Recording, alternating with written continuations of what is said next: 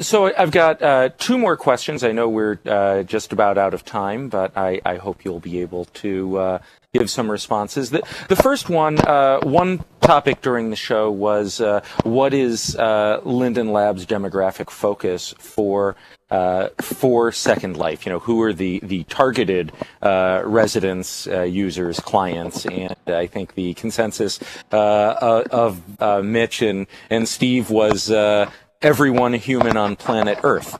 And that may indicate a lack of focus that is causing some of the problems that they saw with Linden Lab. Do you have a response to that? Yeah, first of all, I think I mentioned in the back chat there that there has been a broad focus for Linden Lab, but certainly I think it's a thick client to download. Definitely requires a high-speed internet connection. It definitely requires a better than average computer. And we haven't, though we could, do things like get it to run in a browser and things like that. I think that, there's quite a number of challenges to solve there. People have gotten it to work on a mobile phone, but really that's just through our open source capabilities that's been possible. So, I think at the end of the day, the folks that end up using Second Life are definitely more technically savvy than the average person. And I think that's an indication that virtual worlds in general are still at the earliest stages of adoption. And, at that early stage of adoption, I'm not sure that any analyst on the planet could predict exactly or define which demographic to target. And certainly we look at the demographics that we have and kind of the international split that we have. I think it's a number of people there's lots of different use cases inside Second Life that have contributed to its growth. In the back channel, or somebody mentioned, if there's a person who has a jazz club, then their target demographic are jazz enthusiasts. And I think there are just so many of those micro communities that I think that at the end of the day, that really is our focus, is providing a virtual world place where you can engage with a small group of people, or a larger group like your Metanomics group, who are interested in similar subjects, and collaborate and discuss things with them in a way that's not really enabled by other technologies. But I think humans have diverse interests, so I think they like the fact that you can jump from a jazz club to a Metanomics session, and I think we've empowered quite a few people to engage with people and information in ways that they couldn't before that. And in terms of the lack of focus causing us problems, I don't see that happening. I think we're really focused on broad stability and reliability, and we have been for some time, and it has improved. I think the implementation of Havoc reduced physics-related crashes some 99%, and overall crashes on the simulators of more than 68%. The crash rate of the viewer itself is still far too high. But there's definitely a complex problem with the way OpenGL is implemented on a variety of different hardware platforms, and we have statistics on all the different hardware platforms, and we're working to beat down the major sources of those crashes. And I think in the upcoming release candidates, I think we've seen a 20% decline in viewer crash rates, but still, I think we've got such a long way to go. I think virtual worlds have a long way to go, and I think Linden Lab is going to be a part of that. And and I think at this point, certainly the economy of Second Life is the largest virtual world economy, and we're going to do all we can to protect that lead. Thank you. I have one final question that takes us back to the economy, which is about the change in land prices. So there was a decision by Linden Lab to dramatically reduce the upfront cost of new land while keeping the monthly rental, the tier fees, largely the same. And so one question is, what was the motivation for that change?